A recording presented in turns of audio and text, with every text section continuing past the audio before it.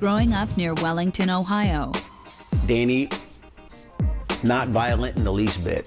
Everybody in school always called him the class clown. He was basically a good kid, real good kid. Daniel's father, Mark Petrick, was a minister at the New Life Assembly of God Church. Petrick enjoyed a strong bond with his only son. He was not rebellious at all. We had a good family. You know, his mom loved him, I loved him, and we always put family first. Problems in the Petrick home began in 2007, when Daniel developed a staph infection after a snowboarding accident. They found 2 holes in his spine. He was on antibiotics for 9 months. Could do nothing, no physical activity at all. To pass the time during his illness, Daniel wanted to play video games. Mark Petrick and his wife Susan bought their son a console and a few games. Motocross and football and hockey, decent games, but then he started asking about these violent video games. We didn't know he was sneaking them home and playing them.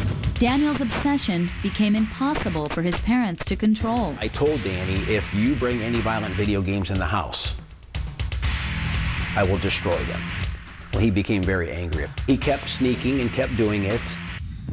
Father and son clashed again when a new version of Daniel's favorite game, Halo 3, was released at midnight on September 25th, 2007. He snuck out of the house at like 2 o'clock in the morning, went and bought it and came back home, and my wife caught him, woke me up. I took the game, said, no, you're not playing it, you're done. His father put it in a locked box that he kept in his room, which is where the father also kept the gun.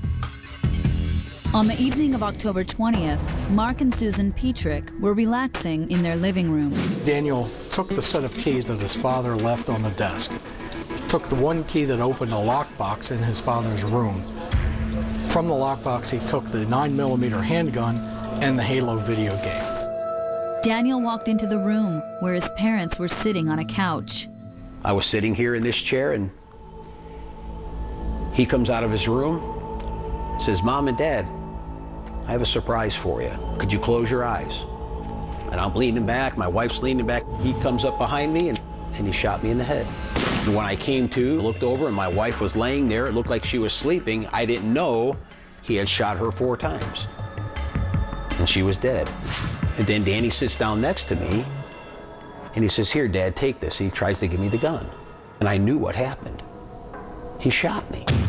Daniel tried to make the shootings look like a murder-suicide, but his plan collapsed. I heard the doorbell ring, and I went over to the door, and it was my sister, my brother-in-law, and then my sister just started screaming and then called the ambulance. I don't know what happened. I just came over to my parents' house, and my mom is shot, and my dad is shot, and my brother's here. Oh, my God. Oh, Lord, why is this happening? Daniel left the gun and took off in the family minivan. But the 16-year-old didn't get very far.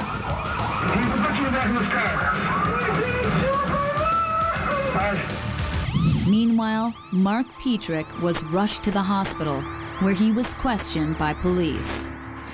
Mr. Petrick, did Daniel shoot you? I became so angry and so bitter, and it turned into a literal hatred for my son. And I'm a minister, and I teach people about forgiveness. I was full of hatred. And here I am supposed to be a man of God.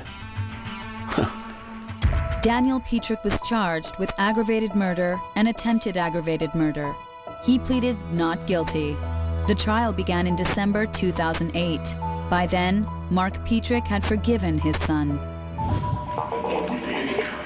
I can't count the number of times that he said, Dad, I miss Mom.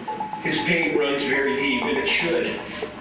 If his pain did not run deep, I guarantee you I would not be standing here speaking on his behalf. In January 2009, Daniel Petrick was found guilty of murder and attempted murder. 6 months later, on June 17th, the 17-year-old was sentenced to life in prison. Daniel, this is your opportunity to speak if you wish. Very wish.